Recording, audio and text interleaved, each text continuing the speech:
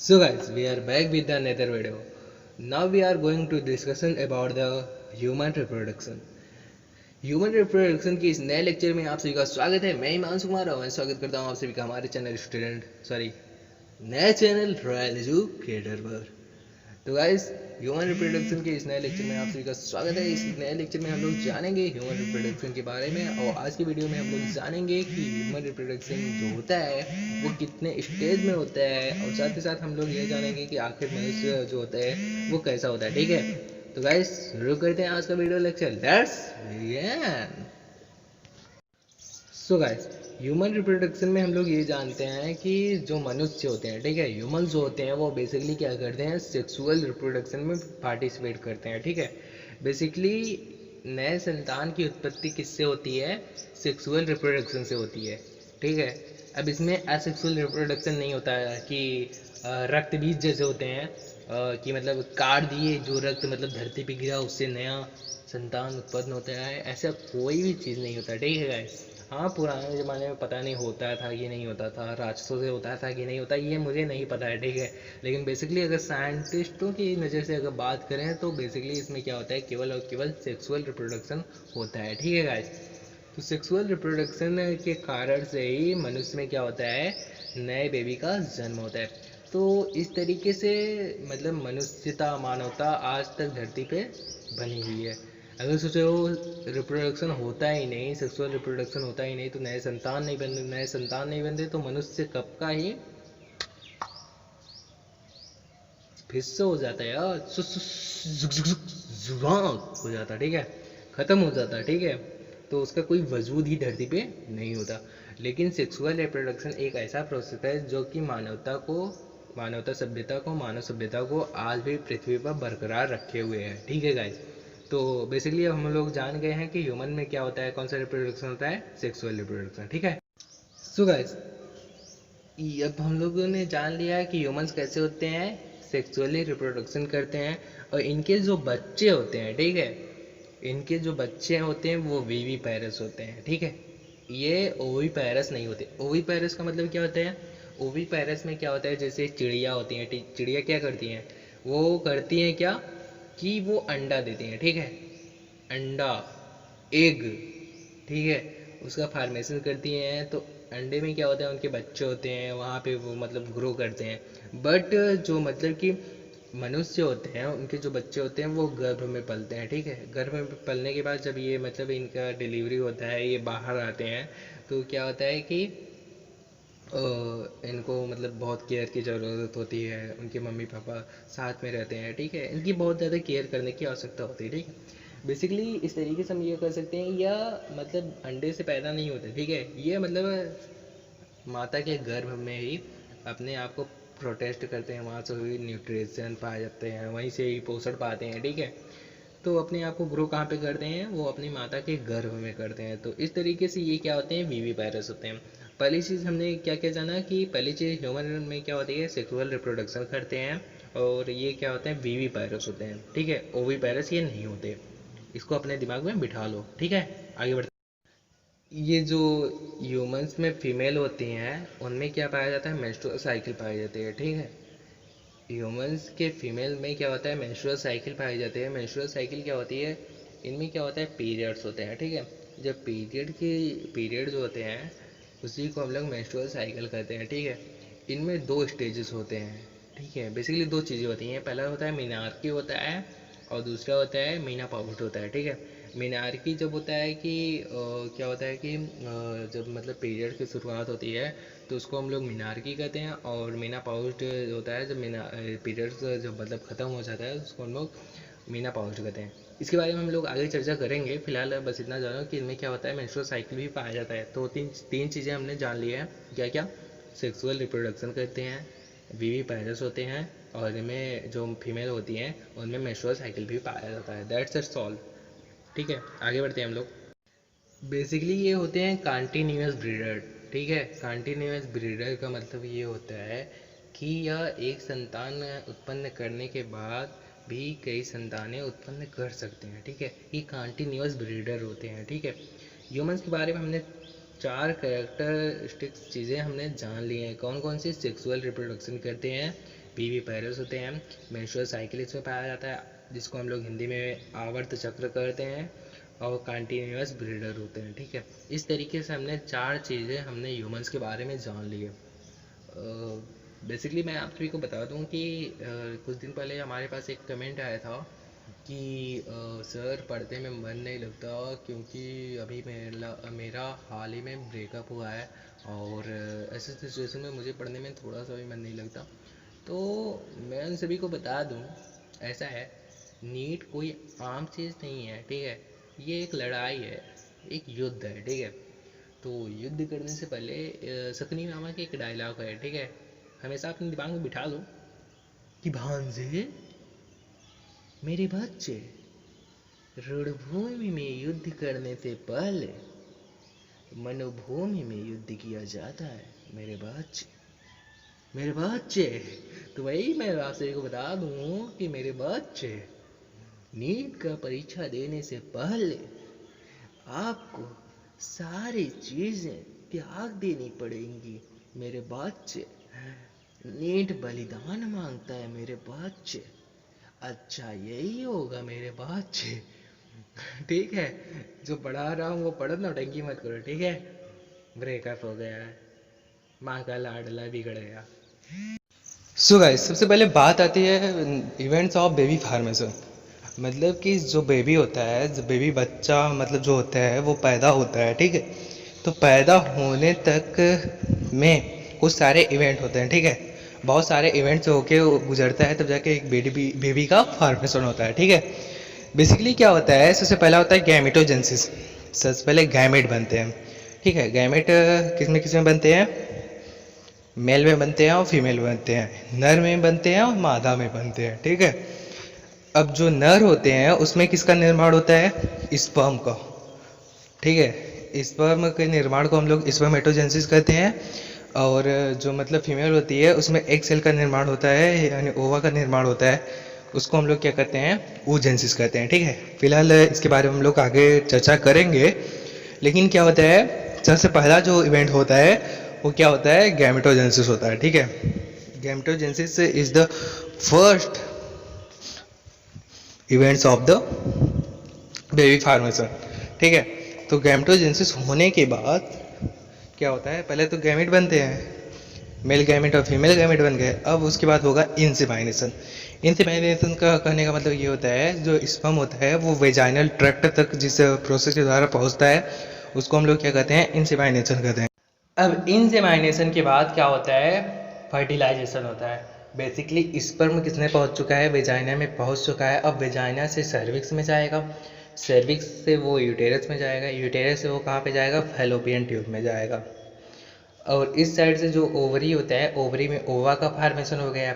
अब ओवा क्या करेगा, फैलोपियन ट्यूब में जब जाएगा तो फैलोपियन ट्यूब में जाने के बाद स्पर्म और ओवा का क्या होगा, फ्यूज़न होगा। ठीक है, ओवा और स्पर्म का जब फ्यूज़न होगा तब जाके क्या होगा, फर्टिलाइजेशन प्रोसेस का पूरी तरीके से निर्माण हो चुका होगा, फर्टिलाइजेशन पूरी तरीके से हो चुका होगा। यानी सीधी सी बात है, 100 बात की एक बात यही है, गैमेटोजेनेसिस हो रहा है जिसमें मेल गैमेट और फीमेल गैमेट बन रहे हैं, इंसेमाइनेशन हो रहा है यानी स्पर्म किस में जा रहा है, वेजाइना में जा रहा है, फर्टिलाइजेशन स्पर्म और ओवा का फ्यूजन हो रहा है, फर्टिलाइजेशन कहलाता है। और इम्प्लांटेशन, अब फ्यूजन होने के बाद क्या जाता है, ये जो मतलब जाइगोट बना हुआ है, ये जाइगोट कहाँ पे जाता है, यूटेरस की दीवार पे आता है। तो यूटेरस की दीवार पे जब आके जुड़ता है तो उसको हम लोग क्या कहते हैं, इम्प्लांटेशन कहते हैं। ठीक है, और इम्प्लांटेशन होने के बाद होता है गेस्ट्रेशन। गेस्ट्रेशन करने का मतलब क्या होता है, अब जो मतलब जाइगोट बना है उसकी मतलब क्या होगा कि वो बढ़ेगा, ग्रोथ करेगा, डेवलपमेंट करेगा। ठीक है, और एम्ब्रियो का निर्माण होगा, और फिर उसके बाद इसी तरीके से बेबी का निर्माण होगा। ठीक है, अब बेबी का जब निर्माण हो चुका है पूरी तरीके से तो क्या होगा, वो बेबी क्या होगा, धरती पे आएगा धीरे धीरे, मतलब कि माँ की गर्भ से वो बाहर आएगा। ठीक है, और माँ की गर्भ से जब वो बाहर आता है उसको हम लोग क्या कहते हैं, डिलीवरी प्रोसेस कहते हैं। ठीक है, डिलीवरी को हम लोग क्या कहते हैं, पर्चुरेशन कहते हैं। ठीक है, तो कितने इवेंट हुए, गैमेटोजेनेसिस हुआ, इंसेमाइनेशन हुआ, फर्टिलाइजेशन हुआ, इम्प्लांटेशन हुआ, गेस्ट्रेशन हुआ और पर्चुरेशन हुआ। तो गैमेटोजेनेसिस में क्या हुआ, मेल गैमेट और फीमेल गैमेट बने। इंसेमिनेशन में क्या हुआ कि फीमेल गैमेट और मेल गैमेट आपस में क्या, सॉरी, मेल गैमेट किस में पहुंचा, वेजाइना में पहुंचा, उसको इंसेमिनेशन कहते हैं। फिर मेल गैमेट और फीमेल गैमेट आपस में जो मिले उसको फ्यूजन कहते हैं, यानी फर्टिलाइजेशन हुआ। फिर उसके बाद जाइगोट बना और जाइगोट यूटेरस की दीवार पे आकर जुड़ा, उसको हम लोग इम्प्लांटेशन कहते हैं। इम्प्लांटेशन प्रोसेस के बाद क्या होता है, गेस्ट्रेशन। गेस्ट्रेशन में क्या होता है कि ये जो जाइगोट बना वो क्या होगा, अच्छे से ग्रोथ करेगा, डेवलपमेंट होगा उसका, तो उसको हम लोग क्या कहते हैं, गेस्ट्रेशन कहते हैं। और फिर उसके बाद जब बेबी का अच्छे से फॉर्मेशन हो चुका होगा तो वो बेबी की डिलीवरी होगी, तो इस प्रोसेस को हम लोग क्या कहते हैं, पर्चुरेशन कहते हैं। तो बेसिकली आपको नोट्स प्रोवाइड हो जाएंगे, ठीक है। तो उसके लिए आपको लिंक में, सॉरी, डिस्क्रिप्शन में आपको अपना नंबर दे देते हैं, व्हाट्सएप नंबर, उस पर आप क्लिक करेंगे और उस पर हाय अगर रिक्वेस्ट करके भेजेंगे नोट्स के लिए तो हम आपको नोट्स भी दे देंगे। फिलहाल अगर लिखना चाहते हो तो आप ये लिख सकते हो कि गैमेटोजेनेसिस में आप ये लिख सकते हो, फॉर्मेशन ऑफ गैमेट्स क्या कहलाते हैं, गैमेटोजेनेसिस कहलाते हैं, ठीक है। और क्या होता है, इंसेमिनेशन में क्या होता है, transfer of sperm into the female genitalia tract, यानी कि जो स्पर्म होता है वो कहाँ पे जा रहा है, फीमेल जेनिटलिया ट्रैक्ट पे जा रहा है, ठीक है। तो इस तरीके से इंसेमिनेशन होता है, ठीक है। आगे क्या था, fertilization, fusion of male and female gametes, जो मेल गैमेट्स होता है और फीमेल गैमेट्स आपस में जब फ्यूज करते हैं तो उसको हम लोग क्या कहते हैं, फर्टिलाइजेशन कहते हैं, ठीक है। Fusion of male and female gametes, ठीक है। आगे क्या है, formation and development of blastocyst and its attachment to the uterine wall, ठीक है। इसको हम लोग क्या कहते हैं, इम्प्लांटेशन कहते हैं। ब्लास्टोसिस्ट जो मतलब कि क्या होता है, गैमेट्स होता है, उसका जब वो होता है कि जब गैमेट्स जो जाइगोट बनता है वो किस में कन्वर्ट होता है, मॉरूला में, और मॉरूला किस में कन्वर्ट हो जाता है, ब्लास्टोसिस्ट। और यही ब्लास्टोसिस्ट जब यूटेरिन के वॉल में जाके जुड़ता है तो उसको हम लोग क्या कहते हैं, इम्प्लांटेशन कहते हैं। फिर उसके बाद इम्प्लांटेशन होने के बाद एम्ब्रियोनिक डेवलपमेंट, यानी भ्रूण का क्या होता है, निर्माण होता है और फिर उसका डेवलपमेंट होता है, तो उसको हम लोग क्या कहते हैं, गेस्टेशन कहते हैं। और डिलीवरी ऑफ द बेबी, फिर उसके बाद उसका क्या होता है, पर्चुरेशन। पर्चुरेशन करने का मतलब क्या होता है, delivery of the baby, baby की क्या होती है, डिलीवरी हो जाती है, बेबी बाहर आ जाता है, बेबी को हम लोग बहुत प्यार करते हैं, यो यो यो यो यो यो यो यो यो यो। हमने क्या जान लिया, इवेंट्स ऑफ बेबी का फॉर्मेशन हमने जान लिया, यो यो, अरे यार यो यो बोलो, मज़ा आएगा, ठीक है। तो इस तरीके से हमने इतनी सारी चीज़ों को जान लिया, ठीक है। अब बात ये आती है कि हमने क्या क्या जाना, इवेंट्स ऑफ बेबी फार्मेशन में हमने क्या जाना, गैमेटोजेनेसिस होता है, इंसेमिनेशन होता है, फर्टिलाइजेशन होता है, इम्प्लांटेशन होता है, गेस्टेशन होता है और पर्चुरेशन होता है, ठीक है। तो इस तरीके से हमने इतनी सारी चीज़ों को अच्छे से जान लिया, ठीक है। अगर इसका अगर आपको हिंदी नोट्स चाहिए तो भी आप हमारे मतलब लिंक में दिए गए नंबर पे आप क्लिक कर सकते हैं और हमसे बातें कर सकते हैं और आपके सारे क्वेश्चन और क्वेरी सॉल्व हो सकते हैं।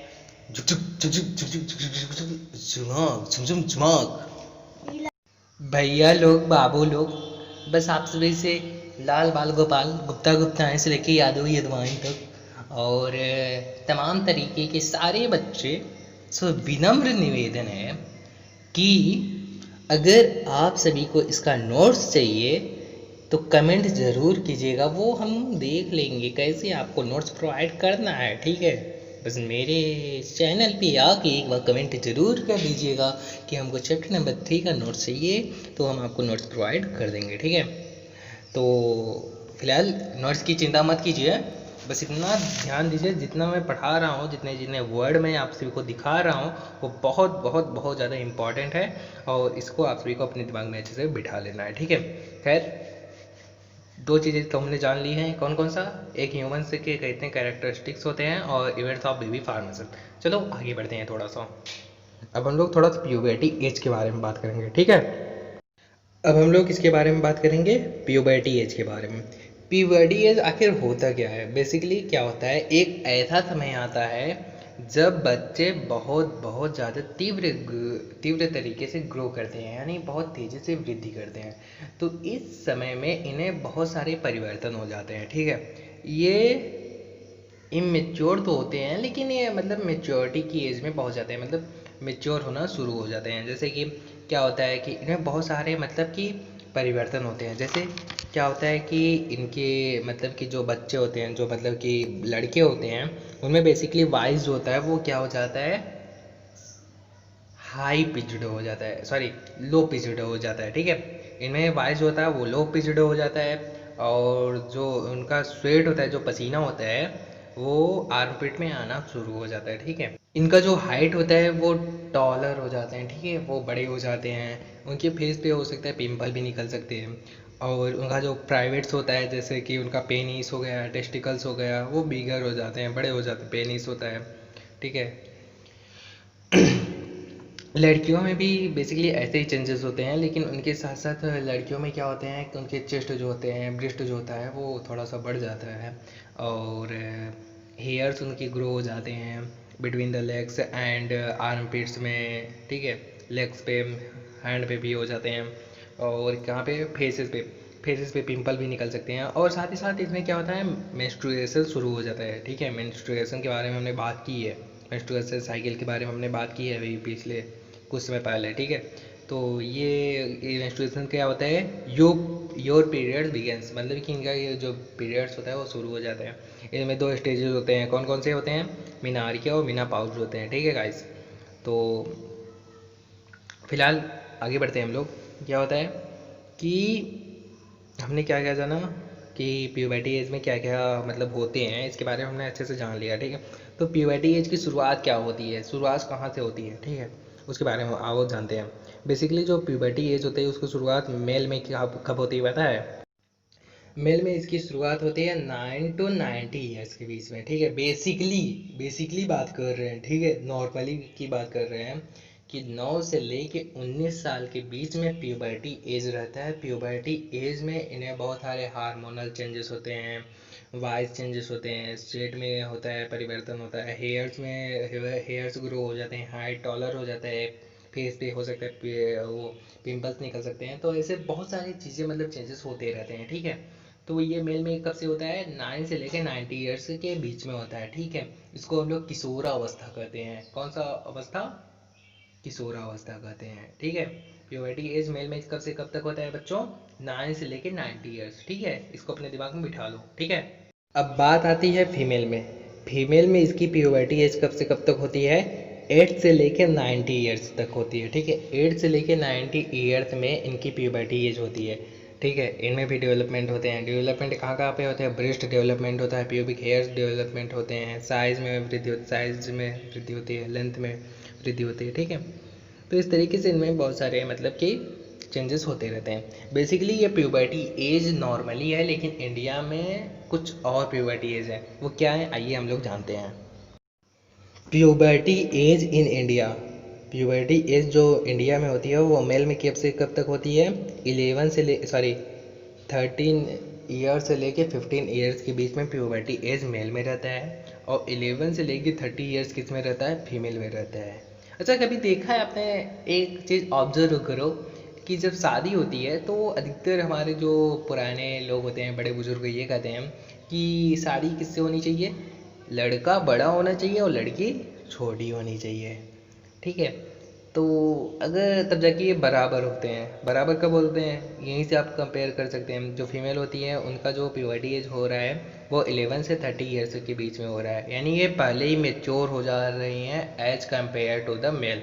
यानी कहीं ना कहीं हमारा जो हिंदू हिंदू नहीं इसको कहेंगे, ये इंडियन सिविलाइजेशन हम कह सकते हैं, भारतीय सभ्यता हम लोग कहेंगे। भारतीय सभ्यता के अकॉर्डिंग क्या होता है कि लड़कियां क्या होती हैं, छोटी होती हैं, और लड़के क्या होते हैं, बड़े होते हैं, ठीक है। तब जाके इनमें बराबर होता है कहीं ना कहीं, मतलब कनेक्ट करने के लिए ये बहुत ज़्यादा काफ़ी है, ठीक है।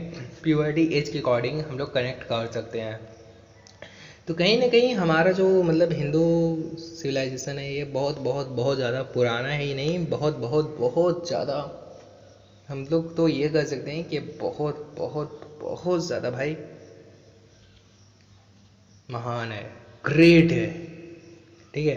तो प्यूबर्टी एज के बारे में हमने जान लिया है, चलो आगे बढ़ते हैं हम लोग।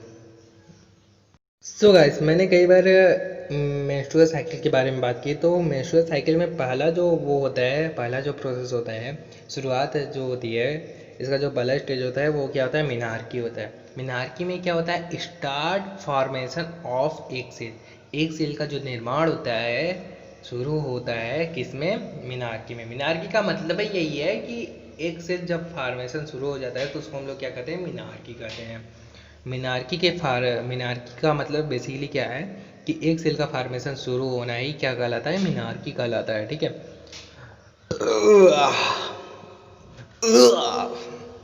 मीनार्की का फॉर्मेशन हो गया है, अब क्या होगा, मज़ा आएगा, आगे बढ़ेंगे, पढ़ेंगे, मीना ऑस्ट के बारे में जानेंगे, बहुत सारी चीज़ों के बारे में हमने जान लिया है मेरे बच्चों, मेरे बच्चों, मेरे बच्चों, हमने बहुत सारी चीज़ों के बारे में जान लिया है। देखो मैं जितना चीज़ बता रहा हूँ उसके बारे में आप लोग अच्छे से पढ़ लीजिएगा, और जितने भी पॉइंट्स हैं वो की पॉइंट्स मैं दे रहा हूँ ताकि आप सभी को समझने में कोई दिक्कत ना हो। ठीक है, अभी हम आप सभी को बहुत सारे मतलब इमेजेस भी दिखाएंगे ताकि आपको बहुत सारे अच्छे चीज़ें अच्छे से याद हो जाए। ठीक है, फिलहाल रॉयल एजुकेटर को अभी तक आपने सब्सक्राइब नहीं किया तो सब्सक्राइब कर लो। ठीक है मेरे प्यारे बच्चों, सब्सक्राइब करने से मुझे तसल्ली होती है, मेरे दिल को सुकून मिलता है, मेरी भावनाएं जागृत होती हैं। दुग दुग दुदाग तीर गिरदा, तीर गिरदा, ये कौन सा मतलब डायलॉग था, हाँ चंद्रगुप्त मौर्य, जब आपने सीरियल देखा होगा तो उसमें घनानंद ये बोलते हैं, तीर गिरदा दिन दिन धा। चलो आगे बढ़ते हैं। सोचो कई लोग हमको क्या से क्या बोलते होंगे। तो मीनार्की के बारे में हमने जान लिया, और मीना पाउस्ट क्या होता है। मीना पाउस्ट होता है एंड ऑफ एक सेल। जब एक सेल खत्म होने लगता है तो उसको हम लोग मीना पाउस्ट कहते हैं। मैं साइको नहीं हूँ, मैं साइको नहीं हूँ, मैं साइको नहीं हूँ, ये मेरे प्यारे बच्चों पढ़ाने का स्टाइल है मेरा। ठीक है, मीनार्की और मीना पाउट के बारे में मैंने आपसे को बता दिया। मीनार्की मतलब एक सेल का फॉर्मेशन शुरू होता है, एंड ऑफ एक सेल क्या होता है, मीना पाउट कहलाता है। That's it's all. देखो इसके कई सारे स्टेजेस होते हैं, जैसे प्री मीना पाउस्ट होता है, पेरी मीना पाउस्ट होता है, मीना पाउस्ट होता है, और पोस्ट मीना पाउस्ट होता है। इसके बारे में हम लोग अगली वीडियो में चर्चा करेंगे। टन टन टना। तो मैं आपसे से लेता हूँ विदा, अलविदा, बाय बाय, बाय बाय। ठीक है, तो गाइस आज के लिए बस इतना ही, मिलते हैं अगली वीडियो में। अगली वीडियो में हम लोग चर्चा करेंगे यही मीना पाउस्ट के स्टेज के बारे में, और फिर उसके बाद मेल रिप्रोडक्टिव ऑर्गन के बारे में। ठीक है गाइस, तो कमेंट करके जरूर बता दीजिएगा कि आपको ये वीडियो कैसा लगा। तब तक हम लोग जाते हैं, खाना खाते हैं। हाँ ठीक है, तो आज के लिए बस इतना ही, मिलते हैं अगली वीडियो में। Bye bye.